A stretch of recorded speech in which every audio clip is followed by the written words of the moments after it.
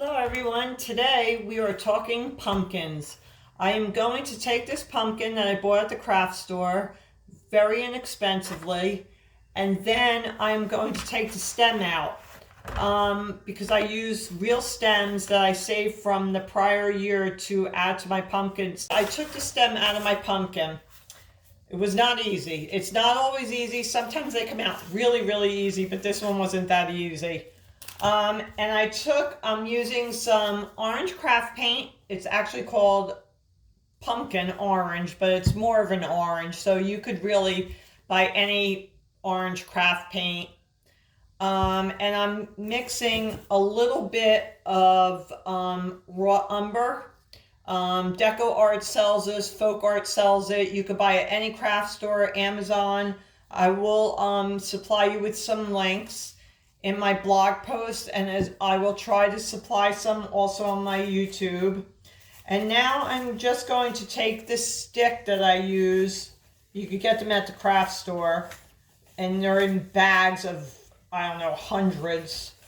And I'm going to mix my paint because I'm going to make an heirloom pumpkin, well, a gourd. The reason why I decided to make these this year is because I do use them outside. But let's face it, everyone's on a budget and it gets very, very expensive.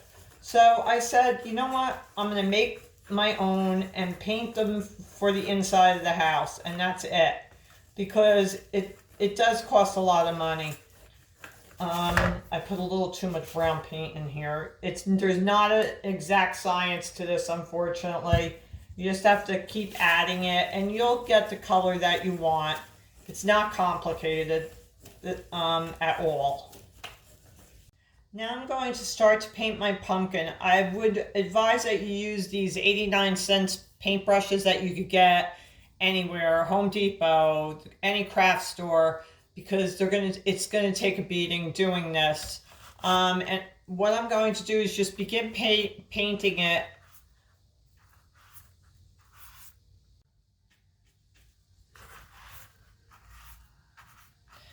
You don't want to glob the paint on too much.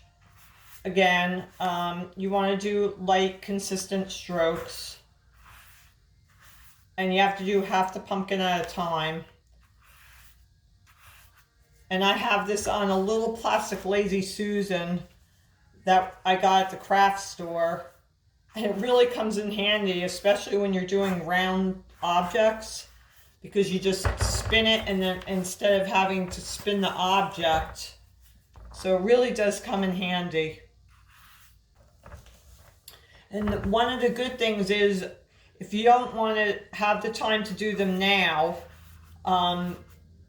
your pumpkins, or you don't, want to spend the money right now because everything is at its regular price around now, wait until the end of the season and go to the craft stores and you can get bargains. They're so inexpensive, it's not even funny. And you save your real stems off your pumpkins that you put outside, and I store them in a brown bag after they dry out a little. I let mine just dry out outside, and by the end of the fall season, they're dry. And I just store them in a brown bag in a cool, dry place. And they're great to have because they really do make one of these cheap plastic pumpkins look like the real thing. I've done many, many pumpkins in my time. I finished painting my pumpkin with the darker orange. And now I'm going to let this dry. And then I will have to mix another color of orange, and I will show you how to do that.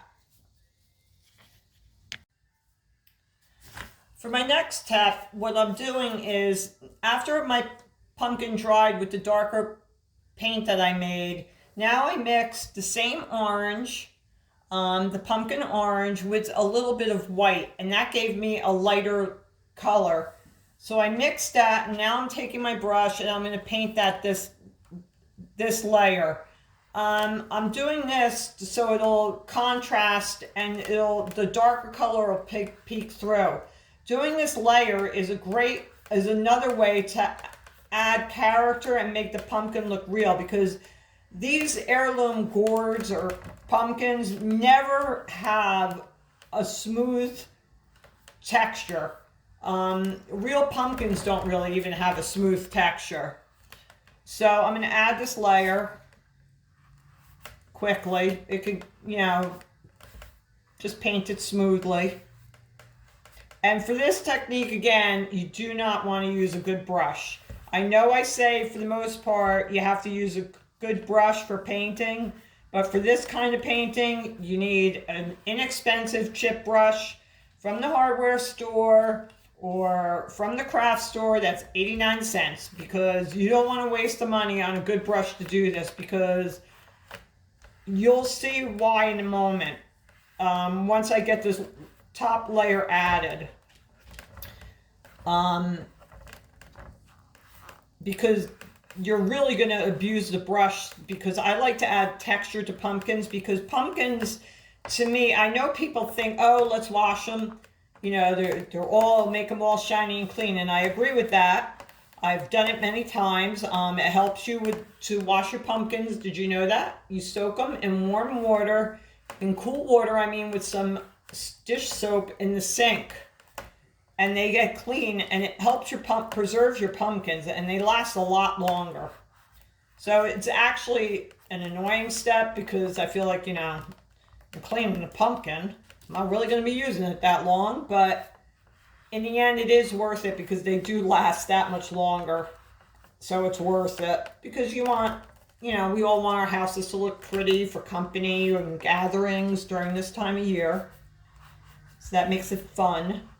So you have to look at it that way, or else you'll be like me and say, I'm washing a pumpkin. Like, really? I'm being honest. I say it to myself, but in the end, they last longer and they look prettier. Okay, so now I got this step done. My next step is I take my brush, and this is why you want this cheap brush. To add some texture to the pumpkin, now I'm going to take my brush and hold the pumpkin and stipple. I call this stipple. It's really just pouncing, because I don't know if you could see it. Put it up to the camera. It's giving it a little tiny bit of texture. And that's what we want, because we want this to look real, right? We want people to think we bought this and we carried this all around the farm. Anyway, that's what I want people to think, because like I said before, these add up, and it's expensive. It is expensive for the inside of your home. And even though, maybe some people buy them, and I have no problem with that. It's just that for me, after a while, it gets ridiculous on the budget, because let's face it, especially when you're a blogger, your house is not decorated that long for every season, because you have to stay ahead of the game, because we're here to inspire and give you guys ideas. So, I don't want to spend the amount of money these all cost for the outside of my house, as I said earlier, and for the inside of my house. It just gets ridiculous after a while. So just keep doing this. It's worth it, I'm telling you. And just see what it's doing to my brush. It's making it all bent and not nice. That's why you want an 89-cent brush from the hardware store, like I said, or any craft store.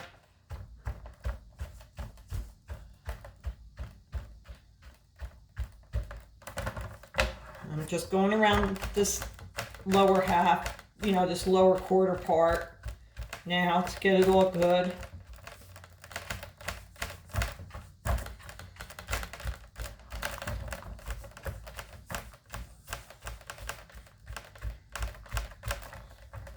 Actually, sometimes my dogs don't like this noise. They think I'm doing something with paper. I have no idea what they think.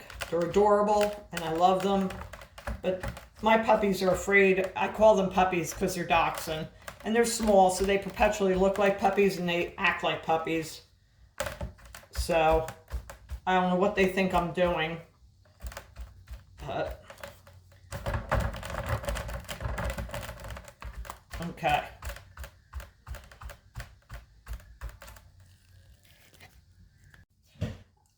Now I'm going to show you my orange pumpkin to make it look like one of those fancy heirloom Gordy pumpkins. I never really know the technical name. I just call them whatever I want, quite honestly.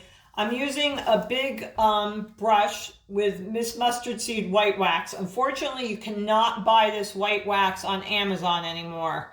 But I have found other ones. I haven't tried them yet, but I'm assuming they're really good because one is by Jolie. They sell it on Amazon. I will provide a link. Because I have used her chalk paint too. It's a fairly new brand of chalk paint, and I really love her colors. And her white wax, she just came out with it, so I am going to try it because I do love her paints as well as Annie Sloan. So I'm going to try her white wax, but I would definitely recommend her white wax, and I'll supply other links on my blog for other white waxes I have seen that are not real costly. So now you can see I started the white wax. See how it's changing it? And it's making it look lighter. And again, I apply it. And remember what I say, lint-free rags every time you wax. If you wax anything, you always use a lint-free rag. Well, it's not going to look nice at all. Now you can see I wiped some of it off and see how it has that look versus this side. It's starting to get that look, and once it dries, it's going to even get better. So again, I apply some. And waxing is really better if you do it in small sections. And I'm sorry about my dog barking, but we have dachshunds, and if you know anything about dachshunds, they love to bark. Especially my little boy Reese's. He's a good little boy, but he loves to bark. And he's usually laying right next to me as I craft because he follows me everywhere. His sister, on the other hand, Peanut, she just lays on the couch like a slug because she's lazy. She just loves being on the couch. And in my opinion, we actually have the best puppies in the world. I tell them that every day. They are a gift to me. They've loved us to pieces, and we love them to pieces. We don't have human children, so really puppies that are our babies. They really are our babies. And we love them dearly. And they're spoiled, but they're very good, so that's why they get spoiled.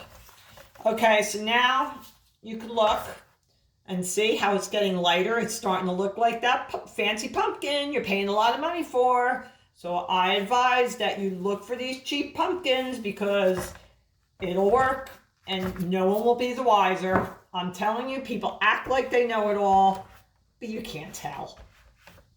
I don't care who you are. You can't tell. I'm just going to keep going around and dipping into my wax. And as you probably can tell, you need very little. I mean, I've had this jar of white wax probably for a year and a half, and I have used it on many projects. So the products that I use, yes, they're expensive, but I'm telling you, you get your money's worth. They last for a very long time. The coverage is amazing. So you just keep adding the wax, and then I'll lightly rub it, and just lightly rub it. You don't want to like really massage it into a pumpkin because then you lose the texture and the look of the wax. But look at my brush. There's like barely anything on there. And I would advise investing in these too, especially if you're going to chalk paint and wax. These are your best friend. But I am also going to tell you a little secret I learned over the years with waxing. You know those regular household sponges that you buy that are inexpensive at the food store? If you moisten that ever so slightly and you put wax on it, you will wax anything in like a quarter of the time. Now, I don't do that for crafting. I have done it for furniture. And I have to tell you, it works like a charm, and it goes so much faster than taking a stencil brush and dipping it in clear wax and then dipping the clear wax into the dark wax, because the dark wax sucks into paint and sometimes you can't get it to move. And then you almost want to cry, because waxing takes a lot of work on furniture. If you've ever done it, you have to buff like there's no tomorrow. But again, it's worth it because it's beautiful. Okay. Just give it a light wiping with my lint-free rag all around.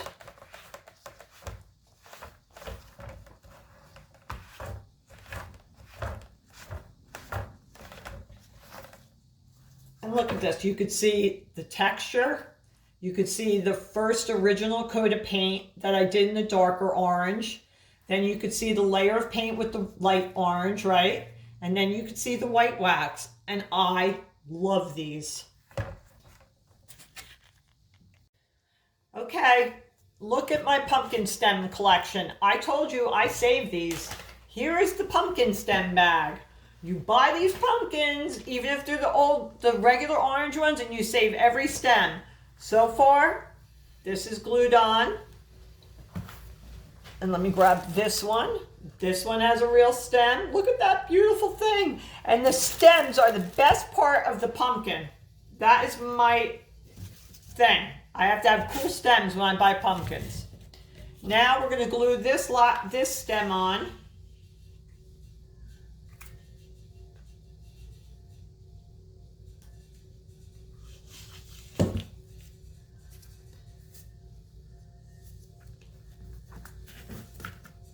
Let me hold it so it sets a little bit longer. And you don't want to use a steaming hot glue on this one. I have it on a lower temperature because these are foam and that can disintegrate them. And look at that. Look at that. It looks like a real pumpkin. I'm sure that's my Audrey Hepburn in the background. I love Audrey Hepburn. I still have to hang that up because I redid my office. But look at these beautiful pumpkin stems. Save them, people. I can't emphasize that enough. It's so exciting. And look at this gorgeous stems that you get. Last one.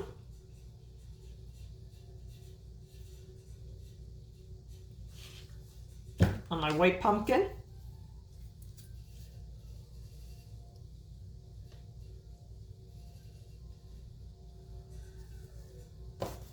Now this one I messed up a tad, so I'm going to try and recover and scrape some of the glue off with my paint can opener because it's still hot, so it comes right off. See, sometimes you have to recover when you craft. And that's why bloggers do this for you, so they can figure out what not to do. I put a little too much glue on.